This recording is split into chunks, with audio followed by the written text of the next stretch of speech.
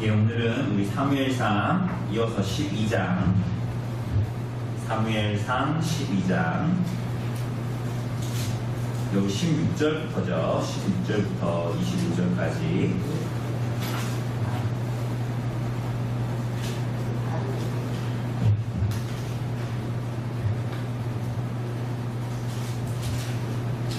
사무엘상 12장 15절부터 마지막 절까지, 15절부터 마지막 절까지 한번 천천히 읽어보도록 하겠습니다. 시작. 너희가 만일 여호와의 목소리를 듣지 아니하고 여호와의 명령을 거역하면 여호와의 손이 너희의 조상들을 치신 것 같이 너희를 치실 것이라. 너희는 이제 가만히 서서 여호와께서 너희 목전에서 행하시는 이 큰 일을 보라. 오늘은 밀 베는 때가 아니냐. 내가 여호와께 아뢰리니 여호와께서 우레와 비를 보내사 너희가 왕을 구한 일 곧 여호와의 목전에서 범한 죄악이 큼을 너희에게 밝히 알게 하시리라. 이에 사무엘이 여호와께 아뢰매 여호와께서 그날에 우레와 비를 보내시니 모든 백성이 여호와와 사무엘을 크게 두려워합니다. 모든 백성이 사무엘에게 이르되 당신의 종들을 위하여 당신의 하나님 여호와께 기도하여 우리가 죽지 않게 하소서. 우리가 우리의 모든 죄에 왕을 구한 악을 더하였나이다. 사무엘이 백성에게 이르되 두려워하지 말라. 너희가 과연 이 모든 악을 행하였으나 여호와를 따르는 데에서 돌아서지 말고 오직 너희의 마음을 다하여 여호와를 섬기라. 돌아서서 유익하게도 못하며 무엇하지도 못하는 헛된 것을 따르지 말라. 그들은 헛되니라.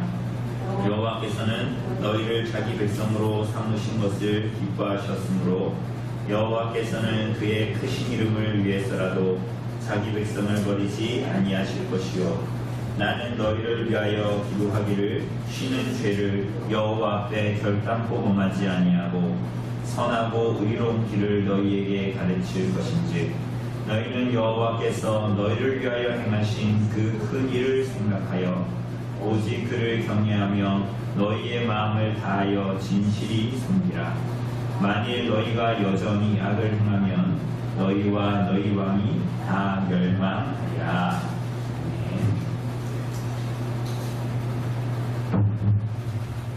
우리 하다가 추우면 에어컨 알아서 끄세요.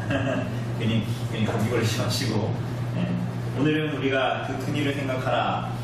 사무엘상 이어서 우리가 계속 보도록 하겠습니다. 지난번에 우리가 암몬 족속과 싸워서 승리하는 그러한 이스라엘을 봤습니다. 근데 그것은 사울이 왕이 되어서 처음으로 이룬 혁혁한 어떤 공적이 되었습니다. 그리고 나서 이제 우리가 지난주에 본 대로 사무엘이 이제 설교를 하게 되는데 고별 설교라고 이제 흔히 우리가 이야기하는 사무엘의 설교, 우리가 지난주에 전반부를 봤고 오늘 우리가 이제 후반부를 볼 겁니다. 그런데 우리가 지난주에 본 내용들과 사실 오늘이 연계되어져 있습니다. 그런데 지난주에 우리가 본 내용을 보면 사무엘이 승리한 암몬 족속에게 승리한 이스라엘 백성들 앞에서 하는 그 설교의 내용의 핵심이 혹시 뭐라고 생각하십니까? 네, 지난주에 우리가 사무엘의 설교한 내용을 보면 주된 내용은 너희가 사실은 하나님을 뭐했다? 배반했다. 그리고 사실은 너희의 진정한 왕은 언제나 하나님이셨고 하나님을 너희를 보존하고 다스렸고 열국들처럼 그렇게 하지 않았지만 하나님께서 너희의 왕이시고 너희를 인도해 오셨다. 그런데 너희가 나라들처럼 왕을 구했으니 그 내용들을 우리가 이제 보았습니다. 그게 이제 여호와를 향한 어떤 하나님의 말씀을 듣지 않고 하나님께 순종하지 아니한 그러한 내용들이다 라고 이야기했습니다. 기억나시죠? 그러니까 오히려 암몬 자손에게 딱 승리했잖아요. 왕을 사울로 딱 세워놓고 그럼 막 축하하고 막 그렇게 해야 되는데 사무엘이 근데 고별 설교한테 마치 자기 은퇴한다고 고춧가루 뿌린 것처럼 마치 이스라엘 백성들 니네 사실은 하나님께 순종하지 않았다 이런 식으로 얘기해버리는 겁니다. 오늘 근데 그 후반부인데요. 이게 참 재밌습니다. 이제 이스라엘 백성들이 언제나 하나님의 기적과 이적을 봤지만 기적과 이적을 본 사람들은 거의 하나님을 따르지 않았어요. 그러니까 기적과 이적을 보아서 예수님을 믿게 되는 것이다, 하나님을 믿게 되는 것이다기보다는 하나님께서 그것을 통해서 참으로 하나님이 누구신가, 그죠? 우리가 요한복음에서 만약 오병이어 사건을 통해서 보면 하나님께서 오병이어 배불리 먹고 마신 사람들 나중에 결국 다 예수님 따랐습니까? 안 따랐죠? 왜 안 따랐습니까? 예수님께서 이들이 오해할까봐 오병이어의 참뜻을 말해주셨잖아요. 저 너희가 이 먹고 배부른 것으로 영생하는 것이 아니라 너희가 정말 참으로 먹고 마셔야 되는 건 누구다? 나다. 생명의 떡인 나다. 이렇게 말씀하시니까 사람들이 다 어떻게 했어요? 다 떠나죠. 그러니까 이적과 표적을 보면 사람들이 다 예수님을 따를 것 같고 당장 내 감기가 확 낫고 하나님 있어서 예수님을 기도하면 확 내 문제가 해결되면 하나님을 믿는 것 같지만 사실은 사람이 그렇지 않아요. 참 악하죠. 그게 좀 악하다는 건데 하나님의 행하신 일을 보고도 그리고 때로는 그 말씀을 듣고도 온전히 순종하지를 않습니다. 하나님을 따르지는 않습니다. 그런데 사무엘이 이 이야기를 했죠. 모세 때부터 아론 때부터 지난주에 얘기를 쭉 하다가 오늘 중요한 한 이적을 보입니다. 하나님께 기도해서 하나님께서 이스라엘 백성들에게 한 이적을 보입니다. 너희가 말로 해서 안 듣는 민족이니 너희가 이 일들을 통해서 너 정말 이게 되게 유치한 거잖아요. 그러니까 말로 해서 아이를 성교육할 때도 말로 해서 너 아빠 말을 이렇게 하니까 잘 들어라 라고 하면 어때요? 그러면 괜찮죠? 그런데 만약에 이게 안 돼. 그럼 어떻게 해야 됩니까? 매를 대야죠. 그죠? 매를 대야 되는데 이 매를 대는 건 사실은 말로 하는 것보다는 이제 뭐라 그럴까? 물론 하나님께 잠언에도 보면 13장에도 나온 거 보면은 초달하지 않은 자식에 대해서는 얘기하잖아요. 매를 대야 된다니까 부모가 그런 얘기 하잖아요. 그런데 아니 뭐 폭력 가정이 되어야 된다 이런 얘기를 하는 게 아니라 그런데 어떻게 보면 하나님의 말, 아버지, 어머니의 말을 듣고 그냥 그걸 잘 알아듣고 아버지, 어머니를 사랑하는 마음으로 순종하면 그게 가장 최상이겠죠. 그죠? 근데 그러함에도 불구하고 돌이키지 않는데 어떻게 해야 된다 그랬어요? 매를 대야 한다 그랬어요. 그러니까 매를 대지 않는, 그러니까 이 잠언 13장에 보면 이렇게 기록되어져 있죠.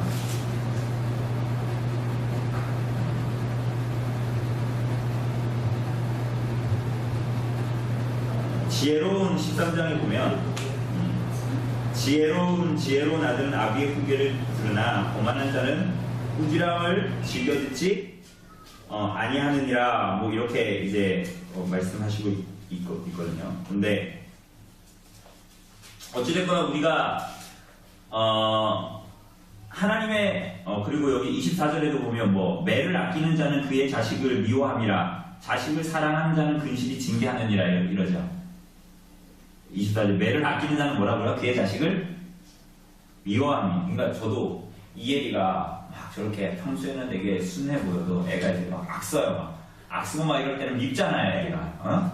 그런데 애가 이렇게 너 잘못했지? 그래서 아빠한테 딱 쓰면 애가 또 눈 꿀꺽꿀꺽 하면서 막 이렇게 막 그러는 거 있잖아요. 막 내가 아빠 말 잘 들어야 되겠다. 아빠 잘못했어요. 막 이런 눈으로 보면 막 매를 댈 수 있을까 없어요, 제가 막. 아들들은 안 그런데 이게 매를 대기가 그런 거예요. 근데 여기 뭐라 그래요? 정말 자식을 사랑하는 징계하지 매를 대지 않는 사람은 사실은 자식을 사랑하지 않는 거다라고 이야기하는 거죠. 그러니까 우리의 이야기 약간 옆으로 나왔는데 어쨌거나 하나님께서 이스라엘 백성들에게 계속 말씀하셨어요. 근데 이스라엘 백성들이 결국 듣지 않았거든요. 그러니까 오늘 마지막으로 사무엘이 설교하면서 한 특이한 표적을 보입니다. 그걸 통해서 우리가 좀 우리들의 삶도 좀 돌아보고 어떻게 하나님께 나아갈지를 우리가 좀 보도록 합시다.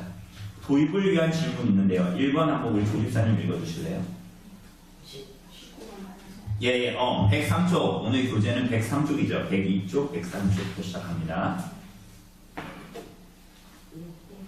예, 103쪽 도입을 위한 질문 맨 위에 1번 한번 읽어주실래요? 여러분의 주된 기도 제목은 무엇입니까? 예, 이게 이제 사실은 이 이스라엘 백성들에 대한 내용을 얘기하면서 좀 나오는데요. 자, 여러분, 우선 도입을 위한 질문이니까 여러분의 요즘에 기도 주된 제목이 뭡니까? 기도 안 합니다. 뭐 이런 것도 있고. 기도하면은 기도의 주된 제목이 뭡니까? 이런 거. 시동생 빨리 나게. 네, 우리 승무시장님은 예, 동생이 빨리 나왔으면 좋겠다라는 기도의 제목이죠. 또 뭡니까? 또 우리 조집사님은 기도 제목 혹시 요즘에 있으세요?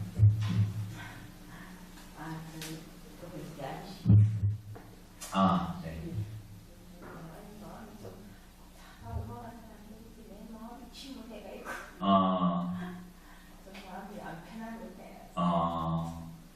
우리 권사님은 어떠세요? 요즘 기도 제목 있어요? 평안하십니까? 애들이 기도하고. 그러시군요. 우리가 여기에 보면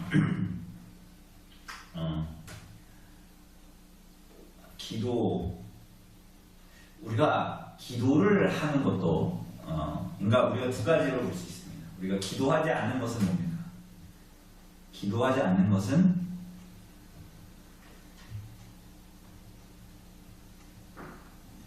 하나님을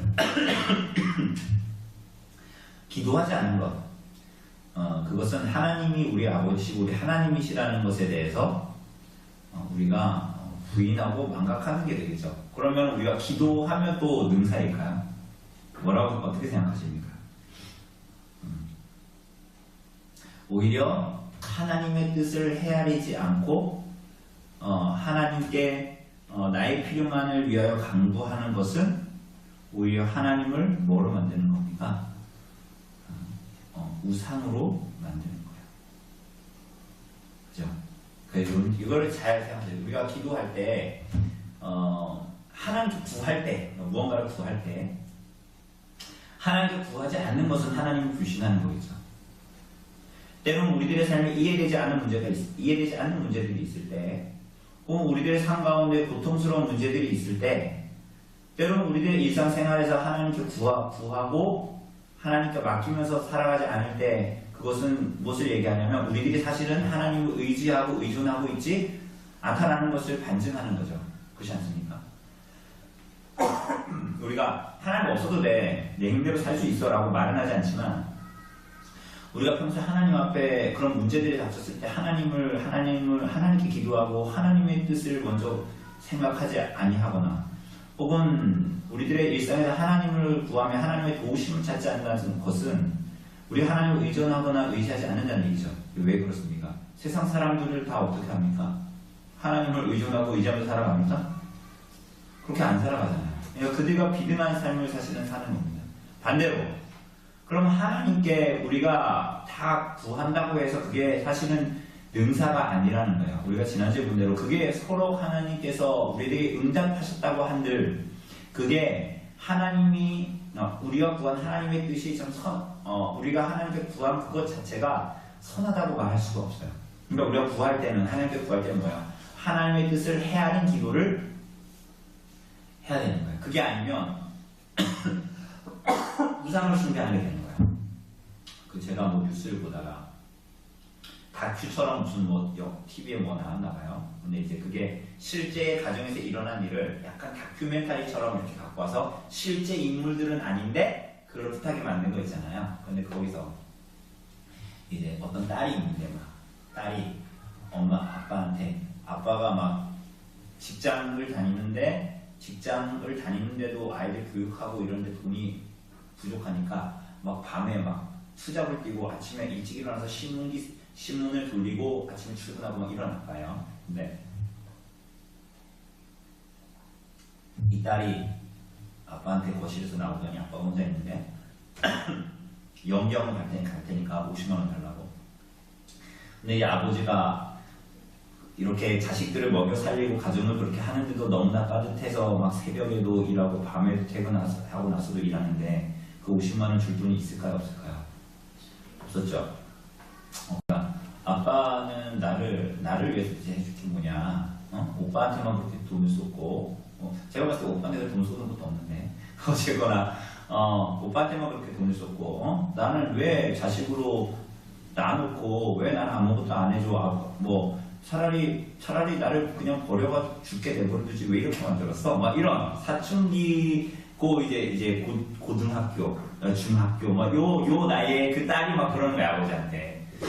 근데 아버지는 이제 거기서는 이제 막 갈등을 하면서 막 자기가 대줄 수 없으니까 막 그랬겠죠. 근데 우리 하나님은 능력이 없으시거나 정말 할 수 없어서 안 들어주시는 분이 아니죠.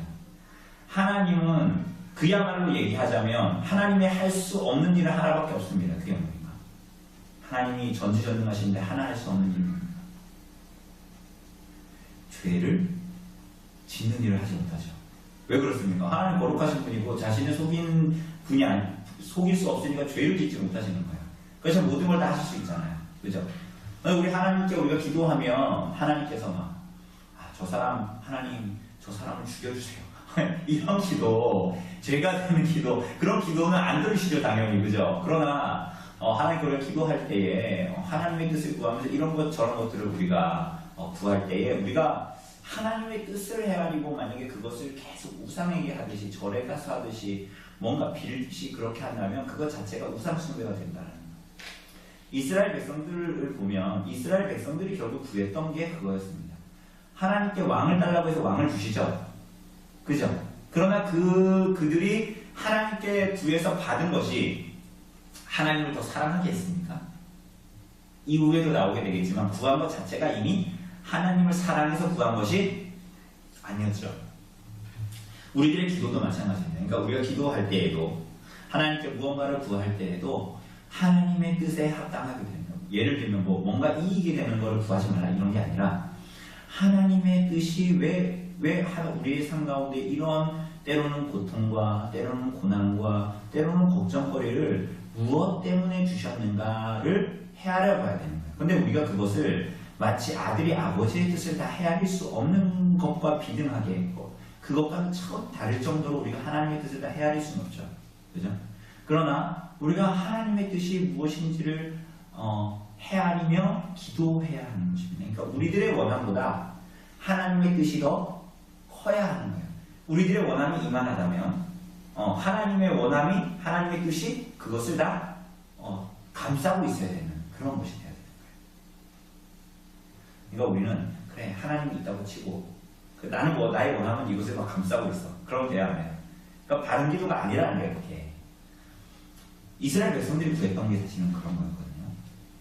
우리가 한번 봅시다. 그러니까 기도를 하지 않는 것도 하나님께 구하지 않는 것도 하나님께 구하는 것도 그죠? 모두 죄가 될 수 있고 그것을 얘기하는 한번 봅시다. 본문 질문대로 우선 들어가보죠. 1번 한번 성지사님 읽어주실래요?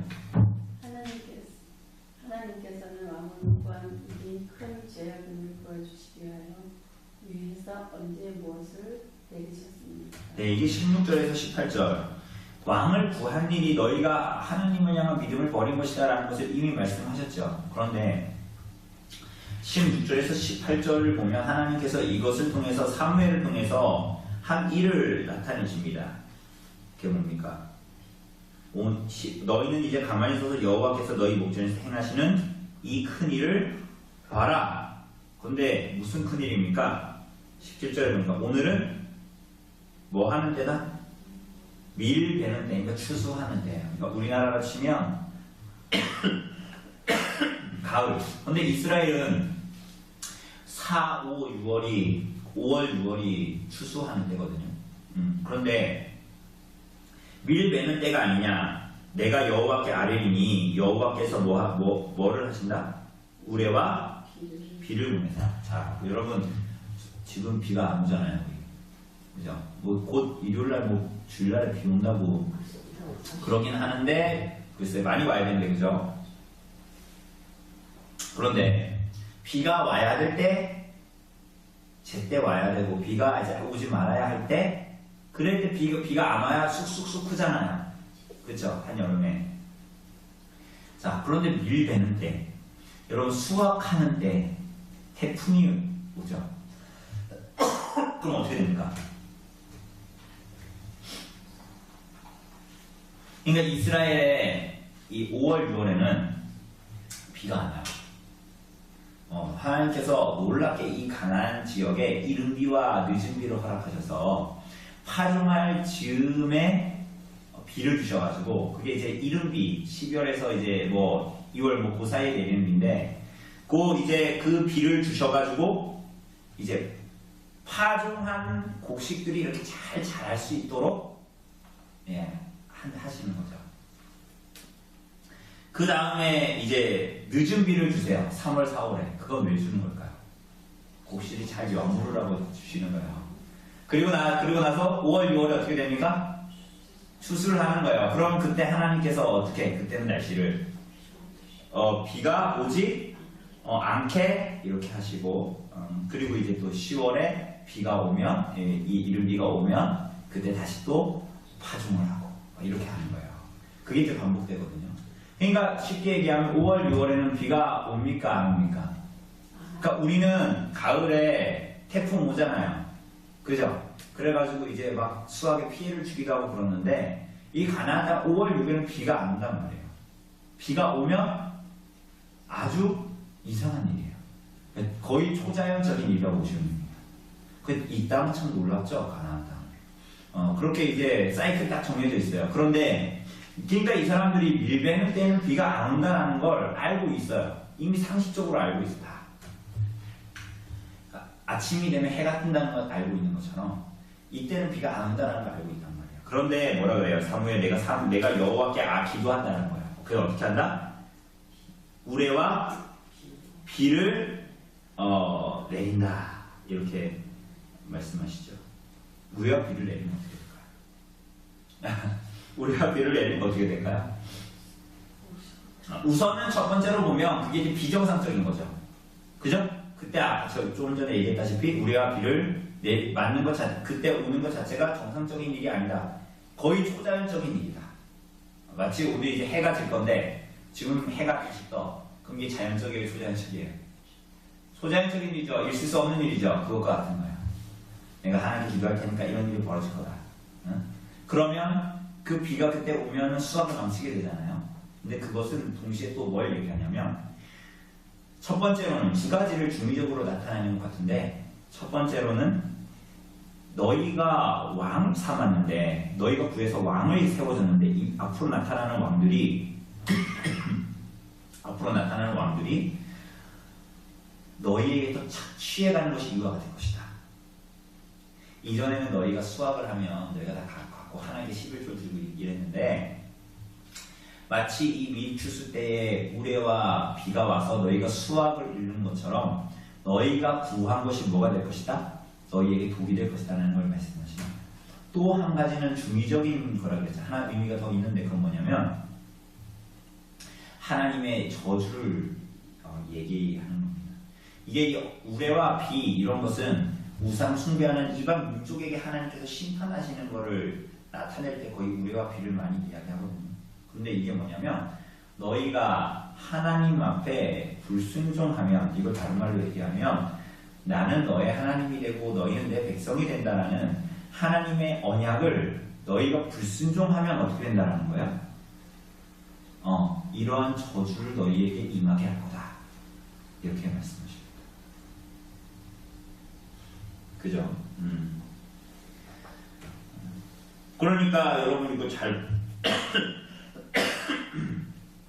보시면 지금 왕을 세우고 왕이 아모나를 승리해가지고 다 모여있는데 그 집회에서 왕에 대한 하나님께서 왕을 세우셨다. 우린 잘 될 거다. 뭐 이런 얘기를 해야 되는데 지금 사무엘이 무슨 얘기합니까? 다 오히려 그들의 죄악과 그 죄악 때문에 하나님께서 그들에게 내릴 저주와 심판의 내용을 막 얘기하죠. 그죠? 그래서 여기에 보면 16절에 보면 여호와께서 너희 목전에 행하시는 이 큰 일을 보라. 라고 이제 이야기합니다. 이걸 다른 말로 얘기하면 새 시대가 도래해도 왕이 이전엔 없었잖아요. 근데 왕이 세워졌죠. 그런데 왕이 세워진다고 해도 이스라엘의 핵심적인 내용, 하나님이 우리 양이 되고 우리가 그분의 하나님이 우리의 목자가 되고 우리가 그분의 양이 된다라는, 하나님이 우리 하나님이시고 우리는 그분의 백성이 된다라는 이 언약, 하나님과 하나님께서의 언약, 이게 파기된다라는 거예요? 그대로 있다라는 거예요? 그대로 있다라는 거예요. 그러니까 너희가 새로운 시대가 도래했다 해도 너희가 하나님 앞에 순종하며 이 땅을 살아가는 것이 하나님의 법이다라고 얘기하는 겁니다.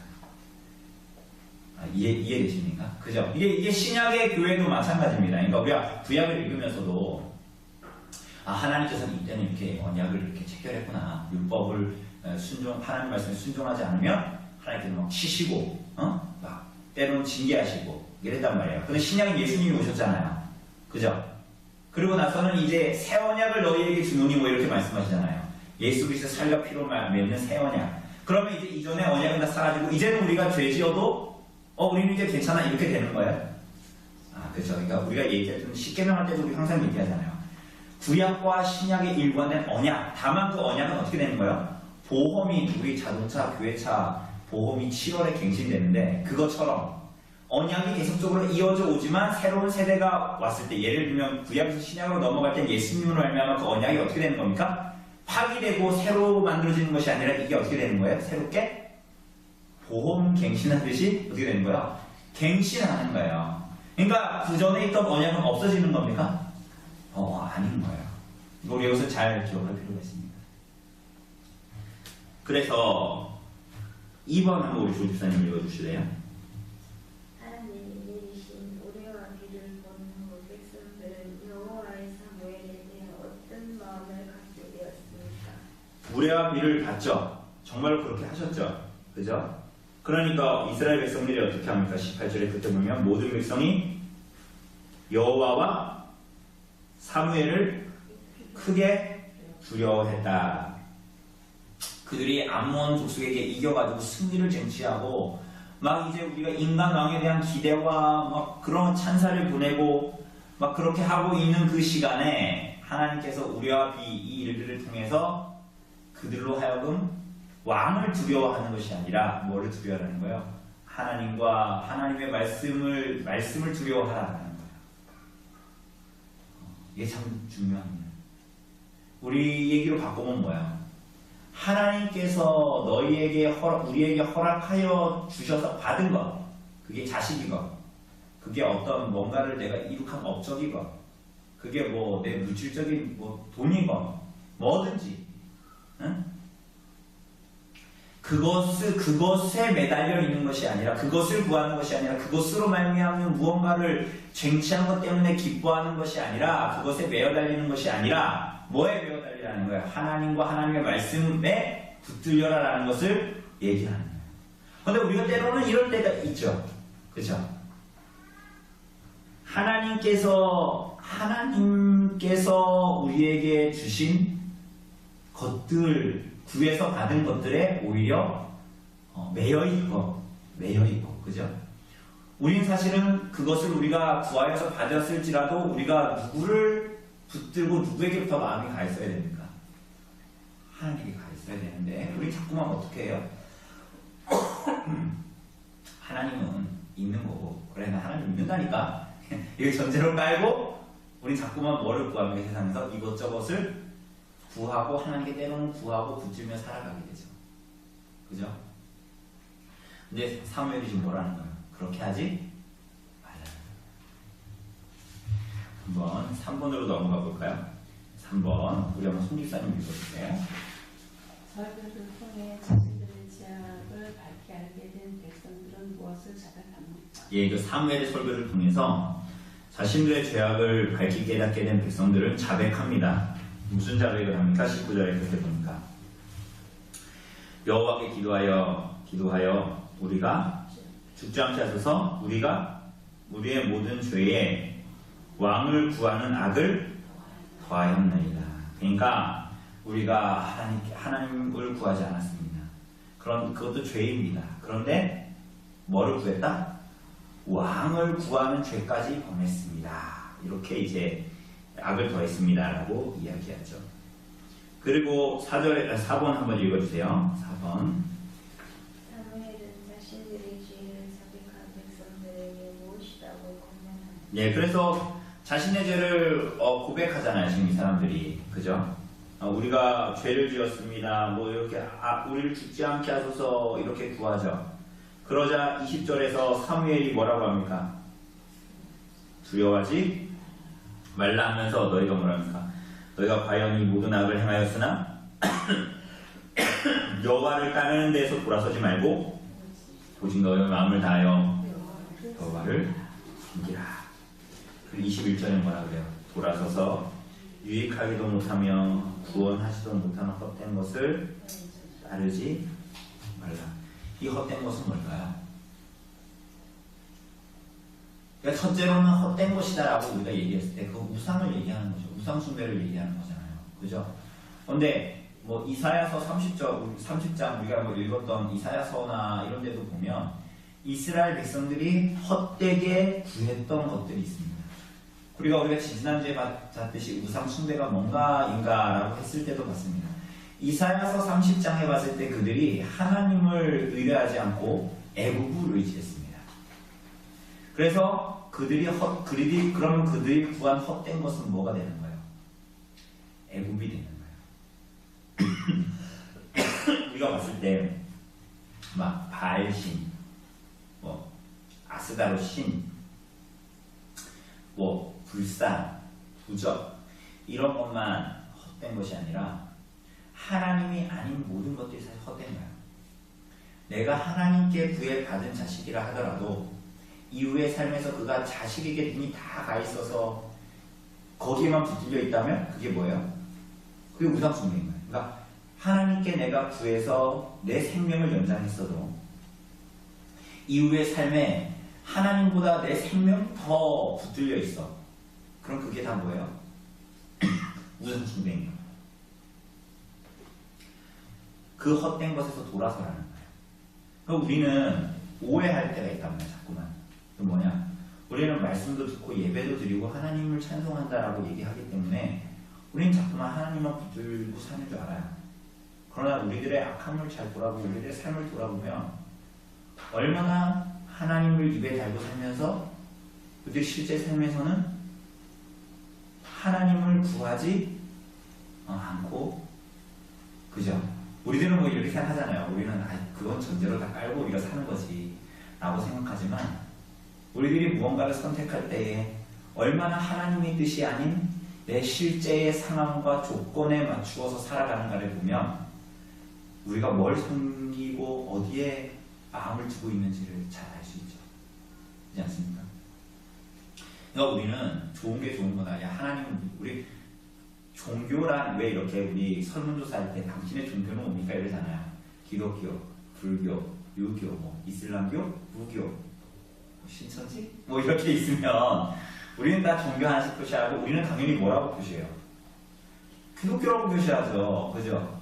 근데 우리는 마치 그런 것처럼 누구나 하나씩 가지고 있는 종교적인 기반을 가지고 있고 저 사람 불교의 기반을 가지고 있어. 저 사람은 무교의 기반을 가지고 있어. 그리고 삶을 다 살아. 우리 자꾸 이렇게 생각하는 거예요.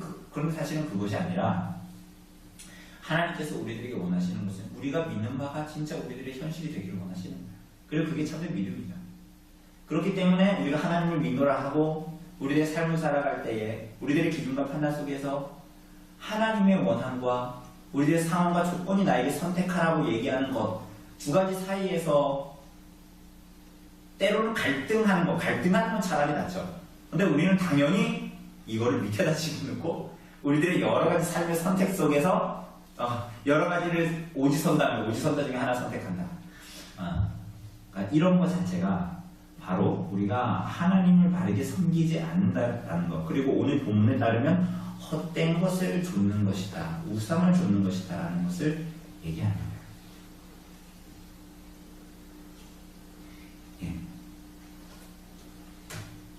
지금 이 얘기를 사무엘이 왜 하는지를 잘 생각하셔야 돼요.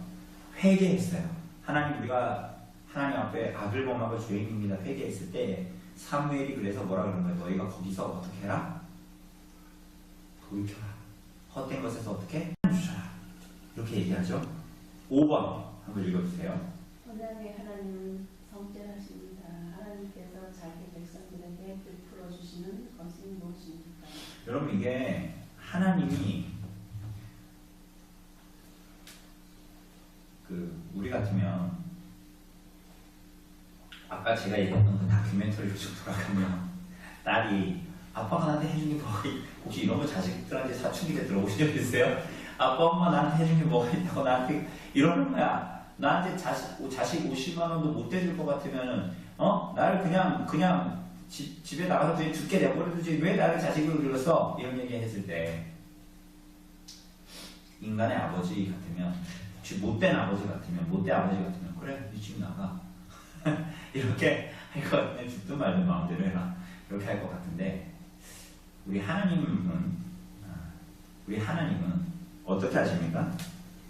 그 이스라엘 백성들 가운데 그들에게 하신 언약이 신실하세요. 그러니까 우리는 하나님과 약속하고 언약을 맺어서 심지어 하나님의 보호와 하나님의 살아계심을 경험하면서도 하나님 배반하죠.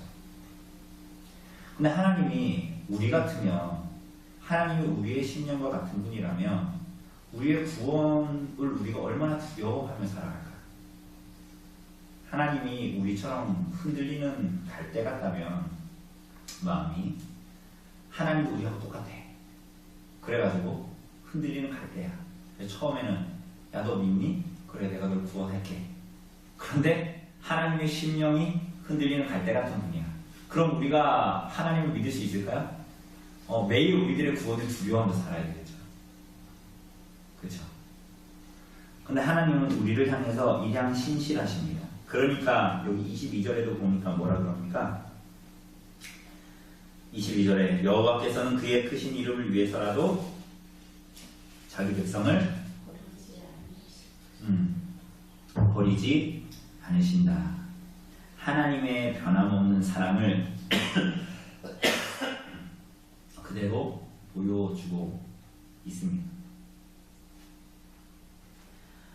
이것은 뿐만이 아니라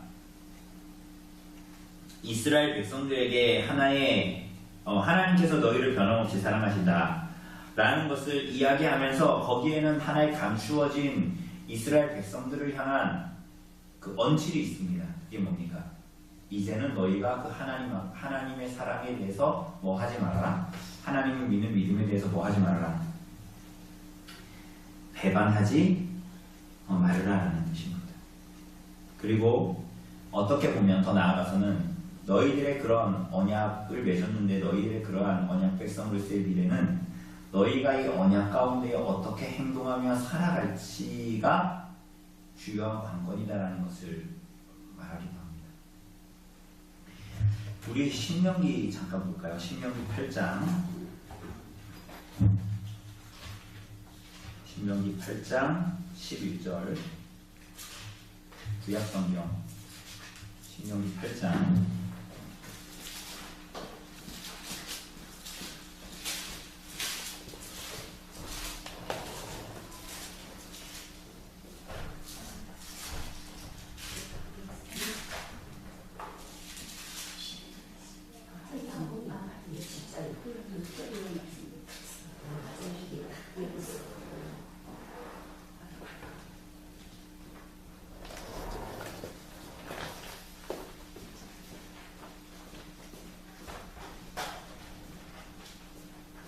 신명기 8장 11절부터 보면 이게 지금 이스라엘 백성들에게 하나님께서 말씀하시고 언약 가운데 말씀하시는 거거든요.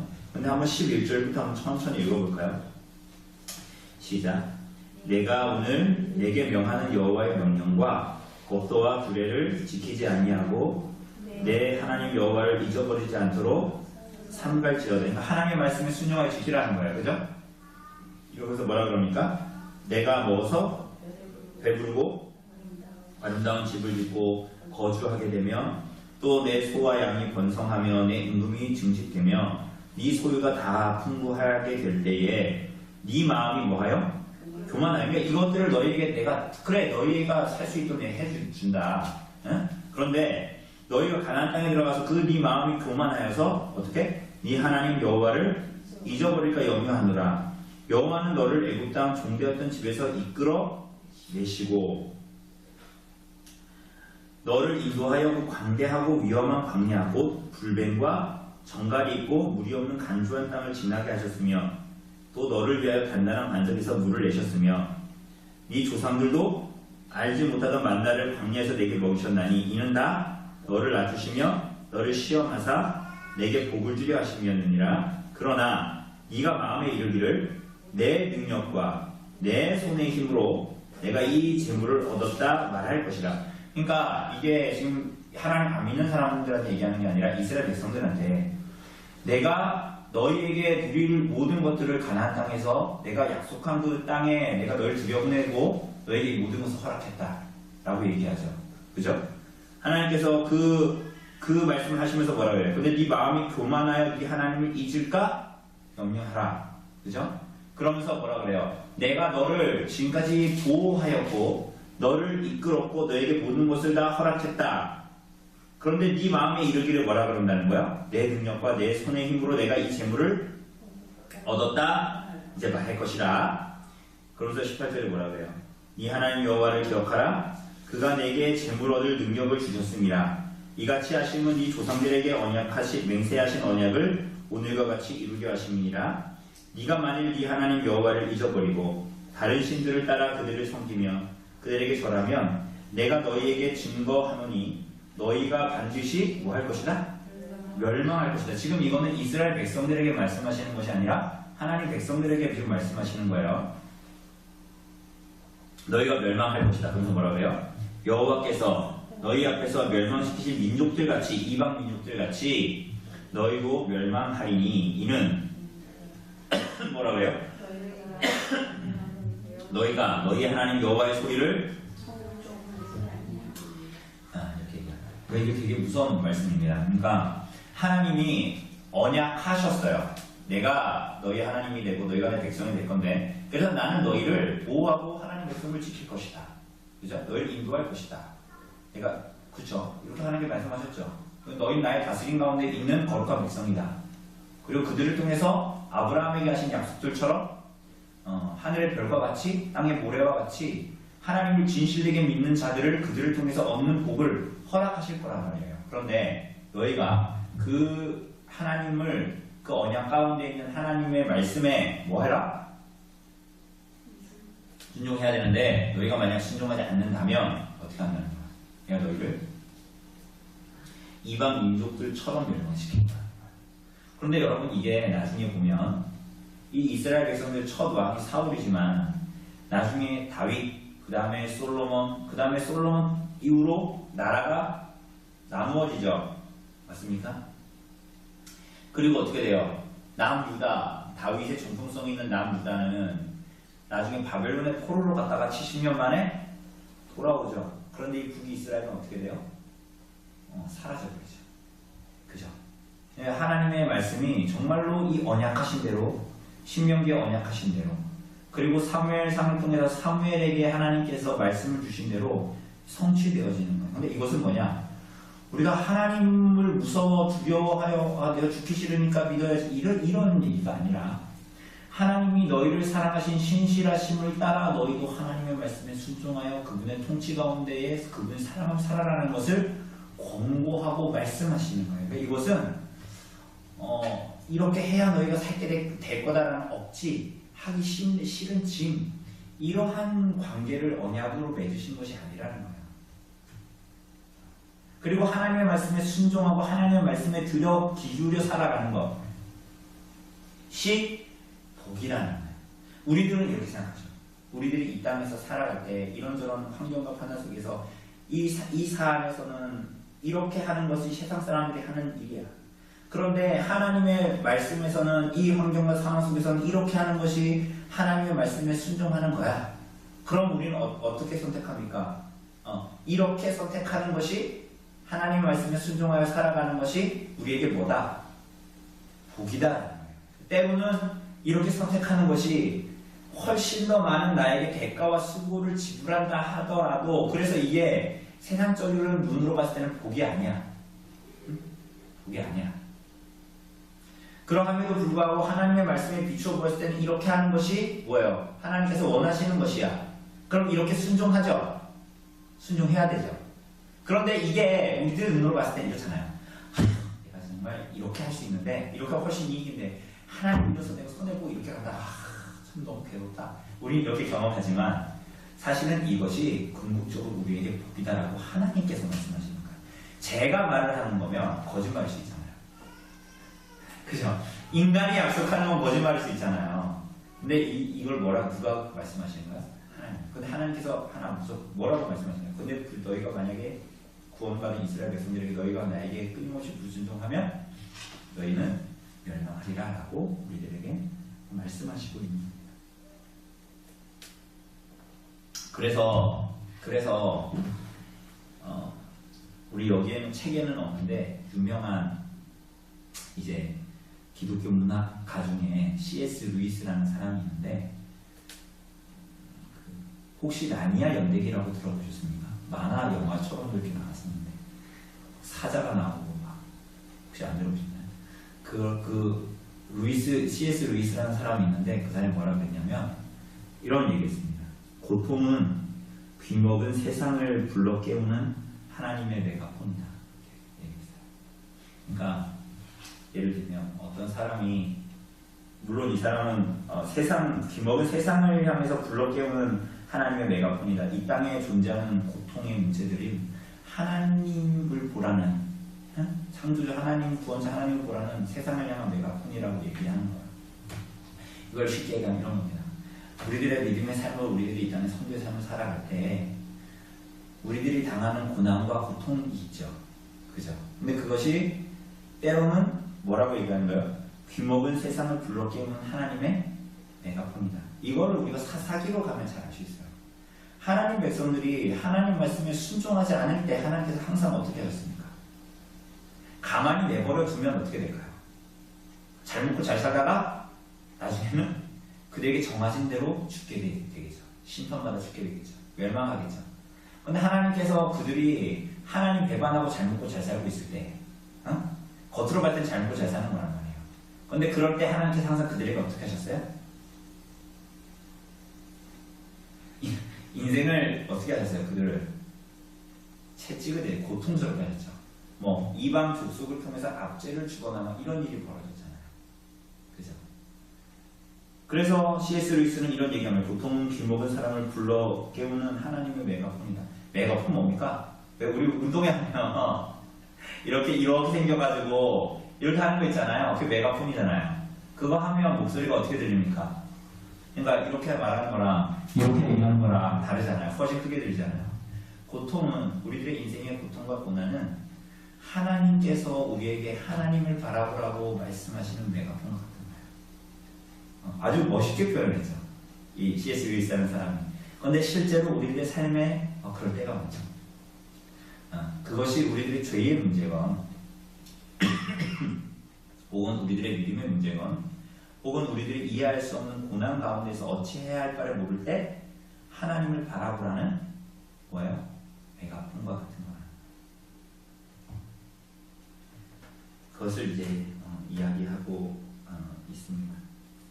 그래서 7번에 보면 사무엘은 백성들에게 그 큰일, 추수 때 우레와 비가 내린 것을 생각하라고 했습니다. 만일 백성들이 또다시 악을 행하면 어떻게 될 것이라고 합니까? 25절에 돌아가서 25절에 뭐라고 얘기해요?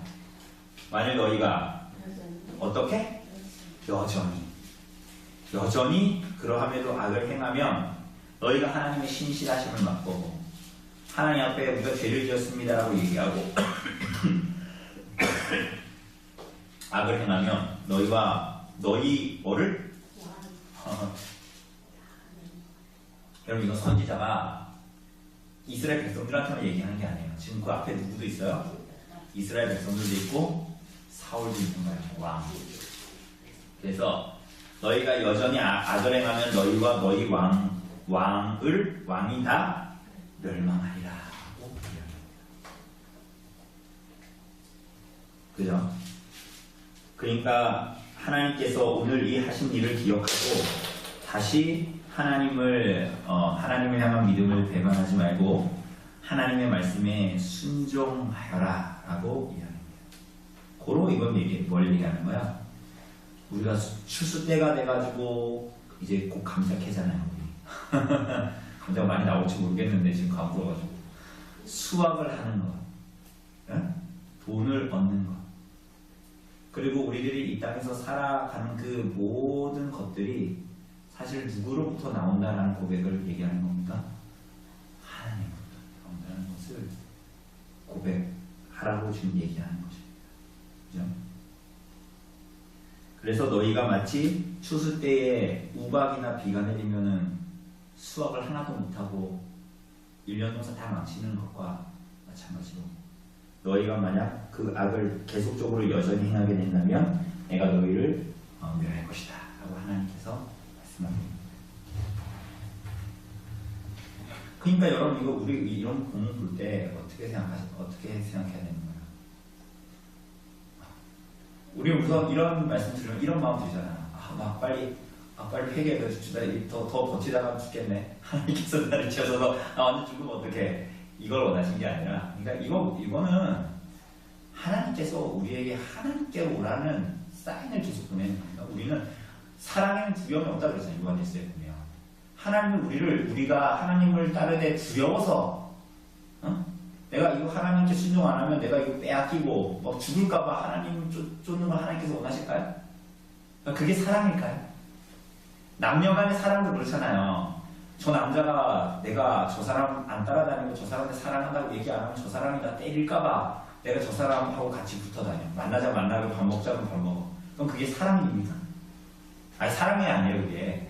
여러분 그렇게 안 만나셨잖아요. 뭐 사랑이 아니에요. 그죠? 사랑은 뭐예요?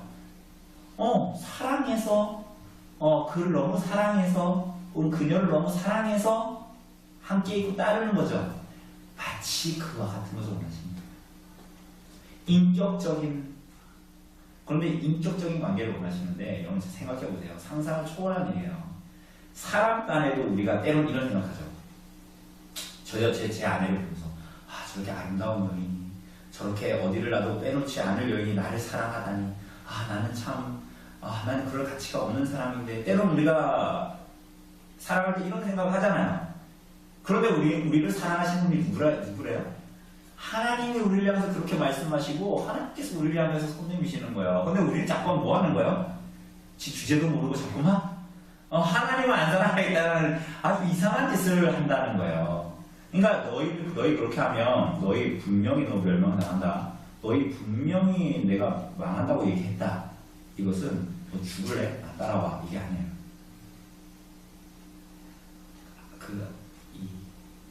호세아 선지자처럼 그 창녀 아내를 사랑하는 마음이 무엇인가를 보여주는 거예요. 하나님 우리를 그렇게 사랑하신다는 거예요. 그러니까 우리는 지금 우리 깨닫고 고개를 끄덕이면서도 왜 그렇게 못 살게 될까? 하나님이 우리를 사랑한다는 게 대체 뭘까? 왜 우리와 같은 자들을 하나님 택한 백성이라고 그러고 맨날 하나님을 배반하는 것이 너무나 많은데 왜 하나님 우리를 사랑하실까? 의문이죠. 하나님 나라 가서 물어봅시다. 그런데 성경에서 말하고 있는 것이 우리를 위해서 그 아들을 주기까지 사랑하신 사람, 우리와 같이 흔들리지 않는 사람, 우리와 같이 하나님 인도라 하면서 여러 가지 선택 중에서 여전히 하나님을 우위에 두지 못하고 나의 유익과 이익에 초점을 두면서 살아가는 우리들의 인생에 하나님께서 우리에게 말씀하시는 사랑의 메시지입니다. 고통과 고난도 그렇고요. 하나님 메가폰이라고 했잖아요. 멸하리라. 너희가 순종해라. 라는 이 말씀 속에서도 하나님의 사랑이 깃들어 있어요. 우리가 사랑함으로 하나님의 언약에 나아가라라고 하나님께서 우리에게 매를 내시는 거예요. 우리 아이들에게 매대는 것도 뭐예요? 죽어버려라. 이렇게 해서 매를 내니까 이게 왜 안 풀어져 다리가? 모르실 때까지 때리는 거예요? 아니잖아요. 자신을 사랑하기 때문에 때리는 거죠. 그것을 이야기합니다. 우리 넘어가서 우리 맨 마지막 질문 106번, 106쪽에 있는 1번 한번 읽어볼게요. 하나님의 왕권은 큰 계획이고 여러분에게도 하나님의 말씀을 거부하고 세속적인 가치관과 삶의 방식대로 살아가려는 모습을 없습니까? 네, 이렇게 얘기하고 있습니다. 그럼 죄가 뭐예요? 죄. 여러분 죄가 이것만하고 되게 맞추려고 하는데 죄가 이렇게 정신적으로만 짓는 것이 죄입니까? 그럼 행동으로 짓는 것도 다 말로 짓는 것도 다 죄죠. 그럼 여러분 말로 행동으로 생각으로 짓는 게 다 죄인데 그럼 우리가 죄라고 생각했을 때 그럼 뭘 생각해야 될까요? 그러니까 우리가 오늘 여기 문제서도 나왔지만 하나님의 왕권을 거부하고 이방인들의 가치관을 따르는 것은 다 뭐다? 죄. 그러니까 우리는 죄다라고 얘기했을 때 예배 때 우리가 10계명 공독하잖아요. 거기에 10개의 계명이 나오죠. 그죠? 근데 그 내용들은 다 뭡니까? 그 내용들이 아주 요 내용이에요. 하나님이 왕이심을 알고 우리가 그분의 통치 아래서 살아가는 삶을 살지 않는 것, 그게 다 뭐다? 죄다. 그래서 이방인들의 가치관을 따르는 것은 다 뭐래요? 죄. 세상 사람들의 가치관과 방식으로 살아가는 삶의 양태는 다 뭐예요? 죄. 하나님의 다스림과 하나님의 방식으로 살아가는 것은 어디에 나와 있어요? 10계명에 나와 있잖아요. 세상은 뭐라고 합니까? 할 수만 있으면 저 사람의 것을 빼앗아라. 할 수만 있으면 저 시장통에 있는 저 장사하는 시장 상품까지 다 빼앗아서 너네 프랜차이즈가 더 왕성하게 떡볶이까지도 너네가 다 팔아라. 이런 거 다 뭐예요? 이거 다 죄예요. 우리가 드라마나 이제는 영화에서 너무나 흔하게 볼 수 있는 것처럼 할 수만 있으면 네 이웃의 아내도 건드려라. 이건 뭐예요? 죄예요. 그럼 우리는 이 10계명 안에 하나님의 원함이 무엇인가를 잘 보여주고 있는 거예요.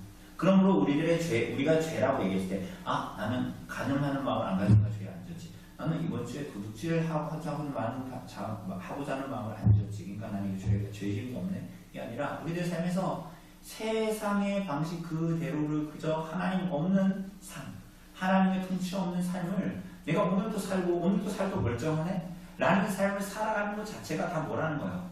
그게 죄라는 거죠. 죄는 적극적으로 하나님의 통치 안에서, 하나님의 말씀 안에서 살아가는 것을 그렇게 살지 않는 것을 죄라고 다 말하고 이야기하고 있는 것입니다.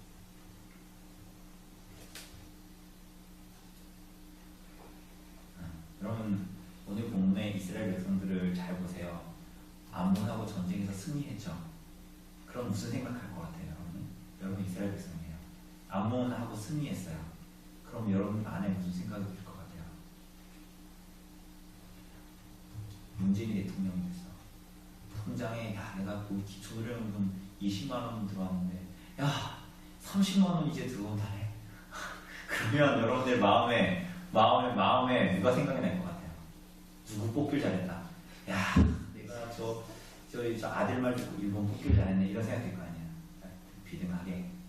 암몬하고 승리했잖아요. 누구 생각할까요? 누구 잘 뽑았다. 왕 하나 역시 우리의 생각은 탁월해. 역시 우리가 이스라엘 백성이라 하더라도 왕 뽑아야지 다른 나라처럼. 그러니까 승리하잖아. 그런데 사실은 이들이 구한 것은 뭐예요? 하나님이 원하시지 않는 거예요. 우리들의 현실적인 성공, 우리들의 현실적인 유익, 이런 것들이 때로는 그 길에서 우리들의 삶이 평온해. 그러나 그러한 것들이 하나님의 원함이 아니고 하나님의 뜻을 이룸이 아닐 수 있다는 경고인 거예요. 이게.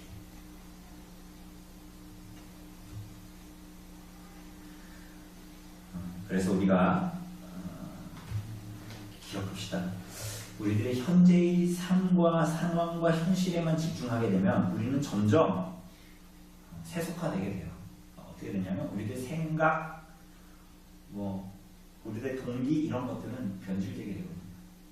그러니까 우리들의 눈을 하나님께 두고 우리가 기도할 때에도 우리가 무언가를 할 때에도 항상 하나님의 뜻과 하나님의 원함이 어디에 있는가를 기억해야 돼요. 그게 아니면 부정적인 의미에서의 오순절처럼 돼요. 왜? 오순절은 뭘 얘기하는 거야? 번영하지 않으면 그거 다 뭐예요? 너희가 하나님 신실을 안 믿어서 그거예요, 여러분이. 그럼 여러분 번영하는 건 뭐예요? 하나님이 여러분을 사랑하신다는 그게 증거예요. 그게 뭐예요? 부정적인 의미에서의 오순절 신앙의 의미인 거예요. 그죠? 그래서 막 조용기 목사 옛날에 막 삼박자 축복 막 이런 거 하잖아요.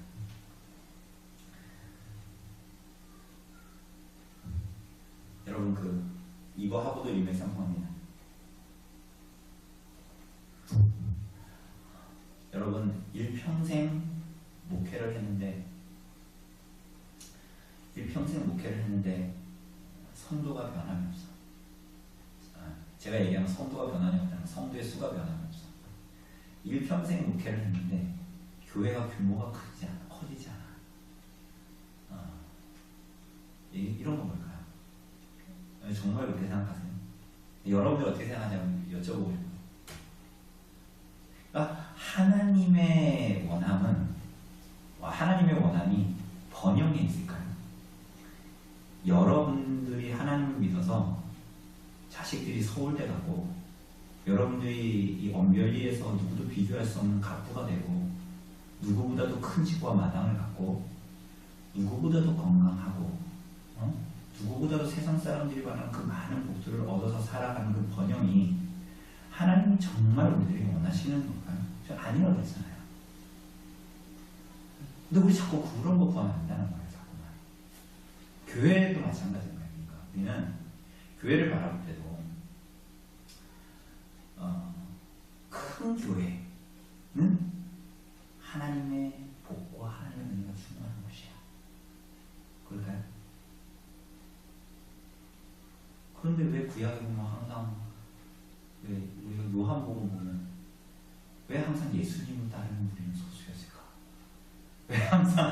왜 항상 진리를 따르는 우리는 소수였을까? 우리 엘리야 보면 왜 그 시대에는 그 어두운 시대에는 하나님을 그렇게 믿고 따르는 사람들은 전부 다 누구 편에 섰어요? 종교 지도자들이나 바알과 아세라를 주는 제사장들은 왜 저렇게 많은 걸까? 의문이 들잖아요. 이게 어떻게 보면 진화론의 영향이죠.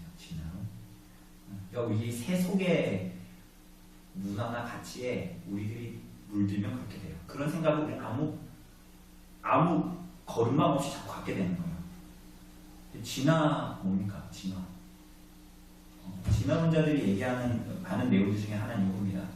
우세 한 종이 있고 열세 한 종이 있어요. 그럼 경쟁을 해. 유전자 한번 먹어. 우리 뱃속에서는 경쟁을 해. 그래서 어떻게 된다는 거예요? 열등한 것은 어떻게 되고? 살아요, 죽어요?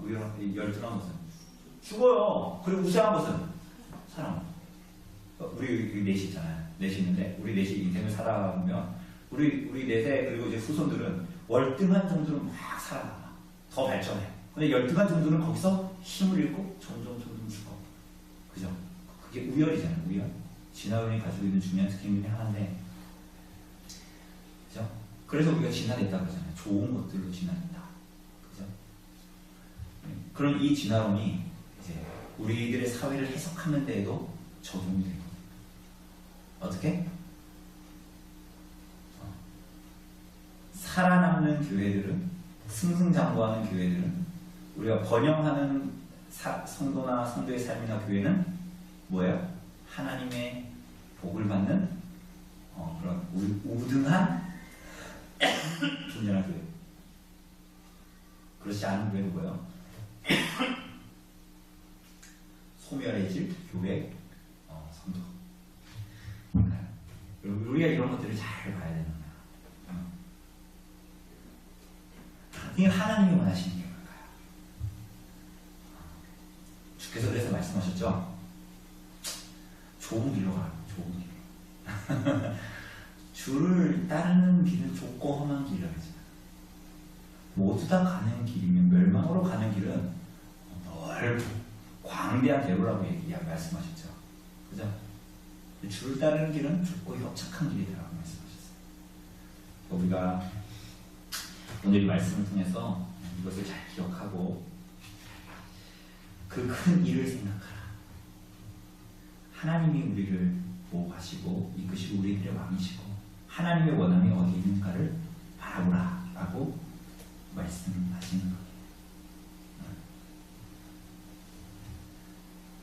수확한 논밭에 우레와 비가 내렸습니다. 하나님께서 그렇게 안 하실 수도 있었죠. 예를 들면 하늘에다 뭐 그림을 그릴 수도 있잖아요. 그런데 왜 번영한 그 논밭에다가 우레와 비를 내리셨을까요? 그걸 잘 기억하셔야 돼요. 번영과 그 큰 유익이 하나님의 뜻이 아닐 수 있어요. 하나님이 가난해서가 아니라 하나님의 뜻과 진리가 어디 있는지를 분별하여서 일단은 살아가시고 삶을 살아가시고 교회로 살아가시는